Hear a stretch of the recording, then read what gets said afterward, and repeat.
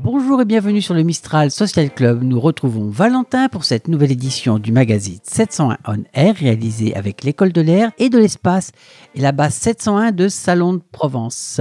Aujourd'hui, nous allons découvrir la place des femmes dans l'armée de l'air au travers de 3 portraits. Bonjour, moi c'est Valentin et j'ai le plaisir de vous retrouver pour ce nouveau numéro de 701 On Air. Ce mois-ci, nous vous proposons de nous immiscer encore un peu plus sur la base 701 de Salon de Provence. Je suis donc allé à la rencontre de 3 personnels de la base aérienne et de l'École de l'Air et de l'Espace, 3 personnels féminins exactement. Je vous propose sans plus tarder de faire de plus amples connaissances avec le lieutenant Lucie, adjointe au chef du Bureau des Relations Internationales, du caporal Laetitia, agent événementiel au sein du Bureau Communication et des Relations Extérieures, et de Marie-Aude, civile de la Défense, adjointe au Bureau de la formation professionnelle continue de l'École de l'Air et de l'Espace. Toutes les 3 m'ont accordé de leur temps pour me parler de leur parcours, leur mission, leur statut de militaire au sein de l'institution. Bonjour à toutes les 3. Est-ce qu'en guise d'introduction, vous pouvez vous présenter s'il vous plaît ? Je m'appelle Marie-Aude Mestre. Je suis depuis le 1er février 2020 au bureau de la formation professionnelle continue au sein de l'École de l'Air et de l'Espace. Je suis la lieutenant Lucie, officier sous contrat de l'Armée de l'Air et de l'Espace. Je me suis engagée le 17 novembre 2017. Ma première affectation, ça a été l'École de l'Air, au poste auquel je suis actuellement, donc au Bureau des Relations Internationales. Je suis la caporal-chef Laetitia, je suis engagée au sein de l'Armée de l'Air et de l'Espace depuis juin 2007 et je suis arrivée à l'École de l'Air cet été, en août 2021. Parlez-nous de votre parcours. J'ai une première carrière qui s'est déroulée au sein de l'Armée de l'Air et de l'Espace.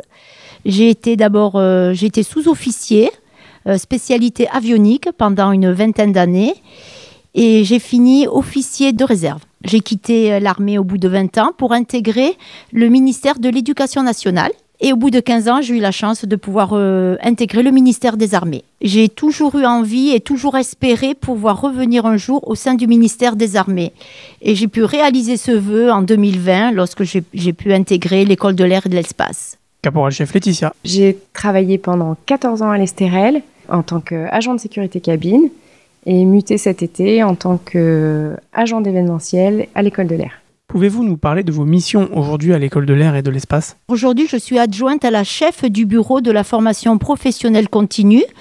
Je suis particulièrement en charge du développement de la formation professionnelle continue. La formation professionnelle continue, au sein de l'École de l'Air et de l'Espace, elle comprend les masters spécialisés.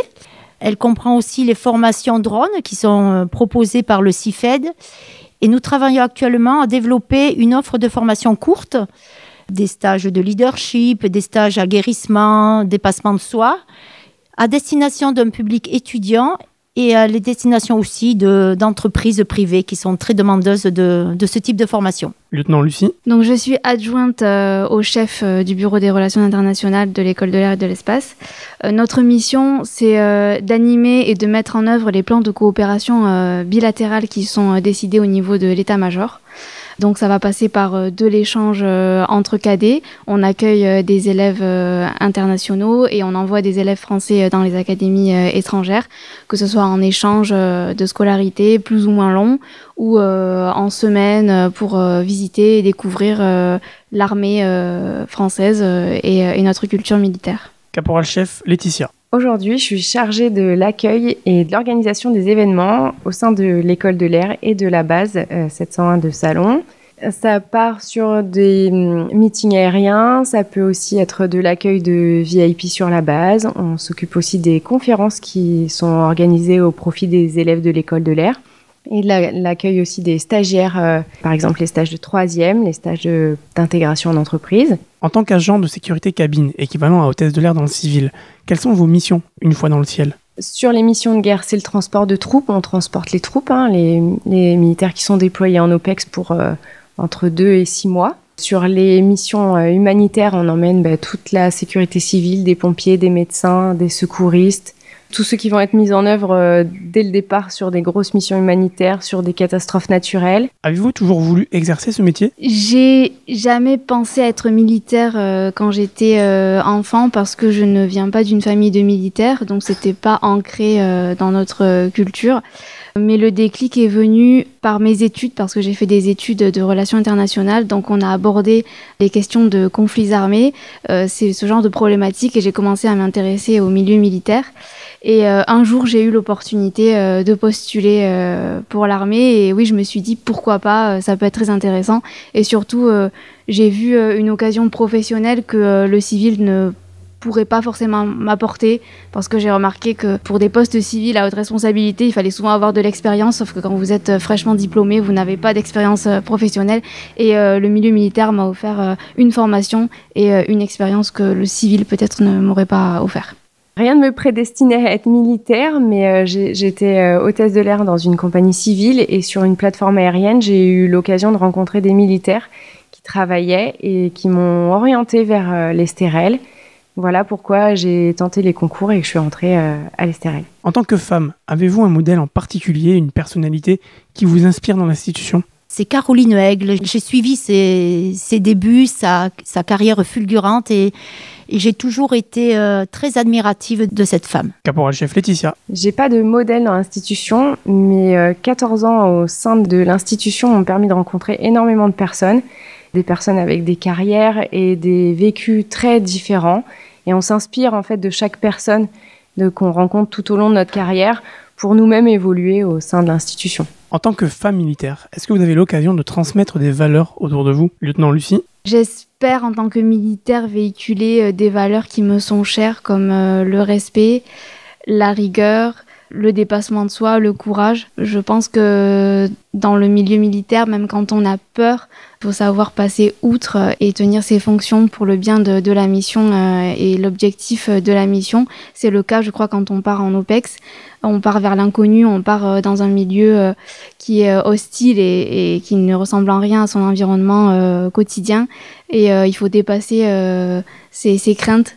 Donc je pense que c'est ce que j'ai envie en tout cas de véhiculer par mon expérience militaire. Caporal-chef Laetitia. Aujourd'hui, mon statut d'ancienne caporal-chef me permet parfois d'être marraine. Ça me permet d'aider à l'insertion d'un jeune militaire au sein de l'institution. Également, aujourd'hui, au sein de la cellule relations extérieures, quand on accueille des stages 3e, on a ce rôle de transmission des valeurs militaires. On a ces jeunes qui ont 15 ans, ils nous voient évoluer en tenue, sur la base, nos rapports entre nous, et c'est dans tout ça on leur transmet nos valeurs militaires au quotidien. Avez-vous eu l'occasion d'effectuer des missions en métropole ou hors métropole d'ailleurs ? J'ai effectué pas mal de missions lorsque j'étais affectée à l'ESTS 15093 sur la base aérienne d'Istres. Je travaillais sur les ravitailleurs, c'était encore les C-135, et j'ai eu l'opportunité d'effectuer des petites missions hors métropole, mais également des détachements de 2 mois en Arabie Saoudite. Lieutenant Lucie. En 4 ans d'armée, je suis partie 2 fois en OPEX. La première, c'était en Estonie, à l'été 2020, en tant qu'officier communication de la mission OTAN de police du ciel. C'est la permanence opérationnelle qui est tenue par l'escadron de chasse de cigogne de Luxeuil. J'ai fait 4 mois en Estonie, et la seconde, c'était récemment. J'ai fait 2 mois sur l'opération Barkhane au Mali pour la task force Takuba en tant qu'officier communication également. Caporal-chef Laetitia. Alors à l'Estérel, on est sur toutes les grosses manipulations qui sont d'actualité. J'ai participé à toutes les missions de guerre depuis 2007, donc les missions sur l'Afghanistan, le Mali, le Niger, le Tchad, Centrafrique, la Libye, la Syrie, enfin bref, tous les théâtres en guerre aujourd'hui, et puis des grosses missions aussi humanitaires, par exemple sur Fukushima, sur Irma, le cyclone Irma.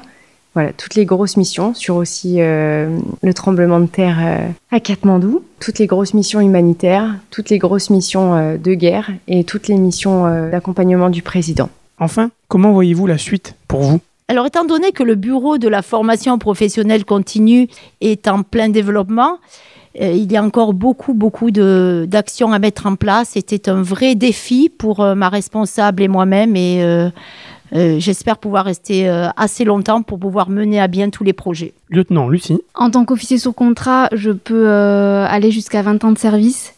C'est mon objectif.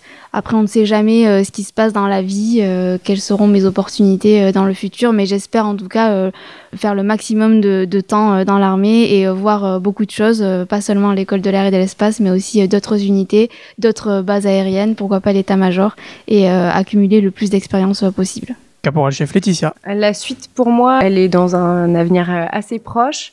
J'envisage une reconversion dans le civil, pas forcément dans l'aéro, pas forcément dans le bureautique. Je n'ai pas encore de projet précis, mais je sais aussi que j'aurai certainement recours à la réserve militaire. De fait de mon jeune âge et de ma disponibilité, je me rendrai disponible pour faire de la réserve dans les bureaux d'une base ou d'une autre. Merci beaucoup aux 3 intervenantes du jour. Vos témoignages prouvent encore une fois que l'armée de l'air et de l'espace n'est pas réservée qu'à la gente masculine, loin de là, et qu'il y a de beaux postes à exercer, même en tant que femme. Merci infiniment donc. Quant à moi, je vous donne rendez-vous le mois prochain avec un nouveau numéro de 701 On Air. Nous aurons rendez-vous avec la tour de contrôle de la BESA 701. Merci Valentin. Notre prochain décollage, c'est dans un mois. Toute l'équipe du Mistral Social Club vous souhaite une bonne journée et vous envoie ses ondes positives. À très vite sur le Mistral Social Club.